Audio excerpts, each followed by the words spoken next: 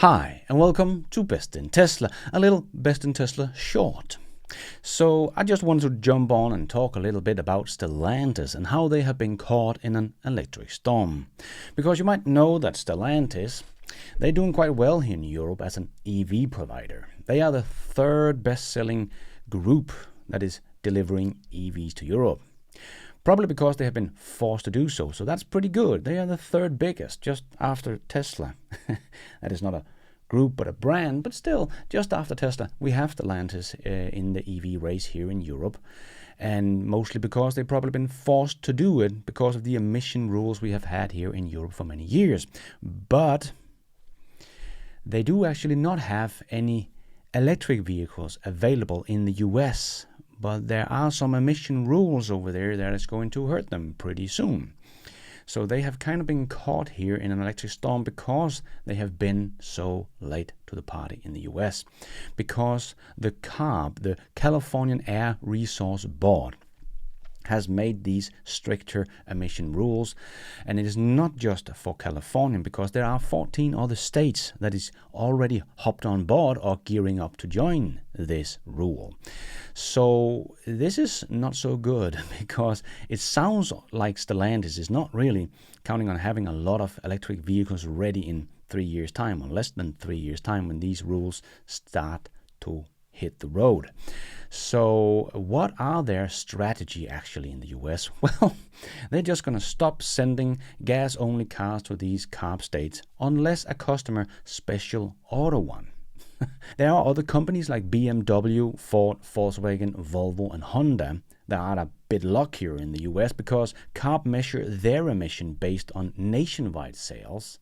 But Stellantis and others, CARB look at their sales only in CARB states. Don't know why there is this differentiation between different companies. But the dealers think this is going to be a little bit tricky if they have to get these special order one, because some customers might be willing to wait, others not so much. So we might be seeing customers going to other states to buy a vehicle, an ICE vehicle, or they are simply going to buy an electric vehicle. So that's nice, but that means it's not going to be a Stellantis vehicle because they don't really have one. And they only have a couple of years to get this all organized and get some electric vehicles off the assembly line. And we have seen how slow the old legacy automakers are to do this. But hopefully, because they are ramping up in EVs here in Europe, they can start some good production in the US soon, because this is not going to work very well if they're just gonna stop selling ICE cars in these 14 states, because California is the biggest car market in the US, but these 14 countries combined, or not countries, 14 states combined, actually represent approximately 30 to 35% of new car sales market in the United States. So that's a big chunk of their market. They're just gonna drop their profitable ICE business on. So yeah, that seems like they are in a bit of trouble here. So I hope this also is a good wake-up call for all the others that Stellantis is out talking about this, that they need to ramp up their EV game, or else they are also going to be caught in the electric storm here.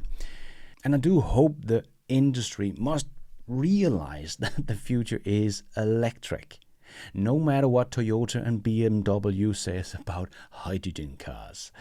But what do you think? Are they gonna wake up now and ramp up their EV game? Are the others also gonna be caught in this electric storm like Stellantis? Let me know your thoughts down below. That is all I just wanted to share with you on this little Tesla short. So until next time, take care out there and be nice.